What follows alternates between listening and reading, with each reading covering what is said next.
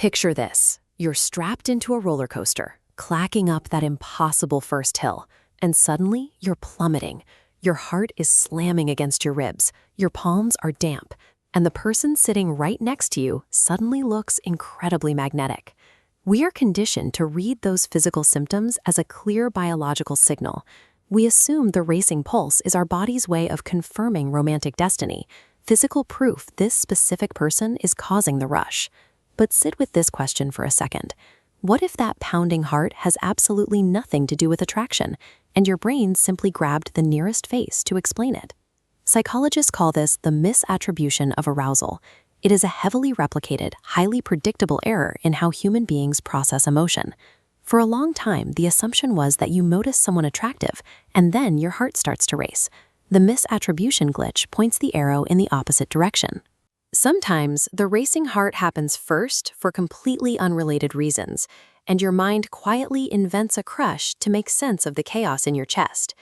Once you see how this biological blind spot operates, you have to reevaluate almost every intense magnetic spark you've ever felt.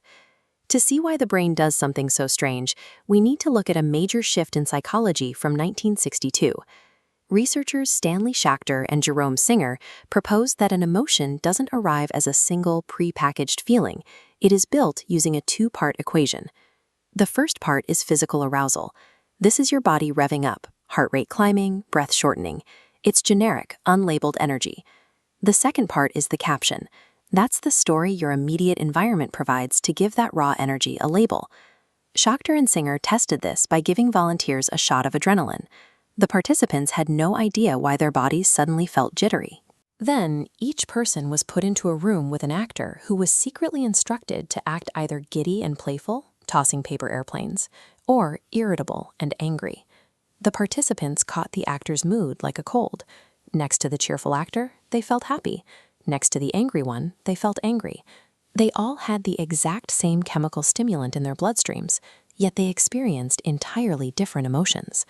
Your body produces the raw physical energy, but your surroundings hold complete power over the emotional label your brain slaps onto it. This brings us to Vancouver in 1974, where researchers Dutton and Aron took this formula out into the wild. They picked two vastly different bridges over a river. One was the Capilano Suspension Bridge, a narrow, terrifying, swaying wooden cable trap strung high above a rocky gorge. The other was a low, solid, sturdy bridge, just a few feet over a shallow stream. As men crossed each bridge, they encountered the exact same variable, an attractive female researcher who asked them to fill out a short survey and then handed them her phone number. This chart shows exactly who called her back. Of the men who crossed the safe, boring bridge, only 12% dialed the number. But for the men who crossed the terrifying, swaying bridge, that number spiked to 50%. The men on the scary bridge were full of biological fear, but somewhere between their racing pulse and her smile, their brains made a quiet substitution. They relabeled their survival instincts as a powerful romantic attraction to the woman standing right in front of them. When the researchers ran the exact same test with a male researcher handing out the numbers, the effect completely vanished. The pounding arousal needed a plausible, flattering target to land on. Without one, the fear simply stayed fear. This mechanism follows you off the bridge too, thanks to a phenomenon called excitation transfer. Your body comes down from an adrenaline rush much slower than your conscious mind does.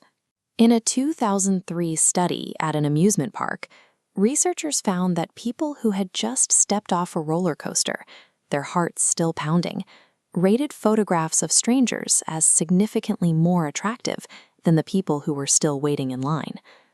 Our conscious judgments are constantly chasing lingering physical feelings. It explains why dates built around high-stress environments, a haunted house, an intense comedy show, accidentally engineer a false destiny. You feel alive, and the other person just happens to be in the frame. The exact same wiring that makes scary dates feel romantic has a darker consequence. If fear and thrill can masquerade as attraction, then so can anxiety. Think about the physiological reality of an unstable relationship. Walking on eggshells, enduring dramatic silences, bracing for the next fight. Your nervous system lives in a constant state of high alert, flooded with adrenaline. Your mind is desperate to make sense of that distress. Acknowledging, "I am anxious and unsafe," is a hard reality to accept, so the brain reaches for the most bearable caption available. "This must be passion. This is how much I love them." The intense chemistry you feel in a toxic dynamic is very often just your body's biological alarm system, incorrectly relabeled as desire. We confuse intensity with intimacy. To a nervous system trained to equate love with adrenaline spikes, a calm, safe partner can incorrectly feel like boredom.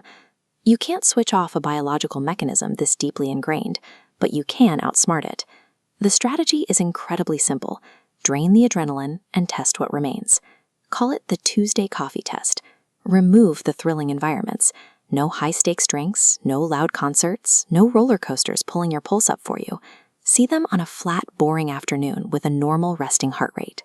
If the interest survives an ordinary moment, calm and unhurried, that is a true signal. But a spark that only burns during chaos is likely just your heartbeat lying to you.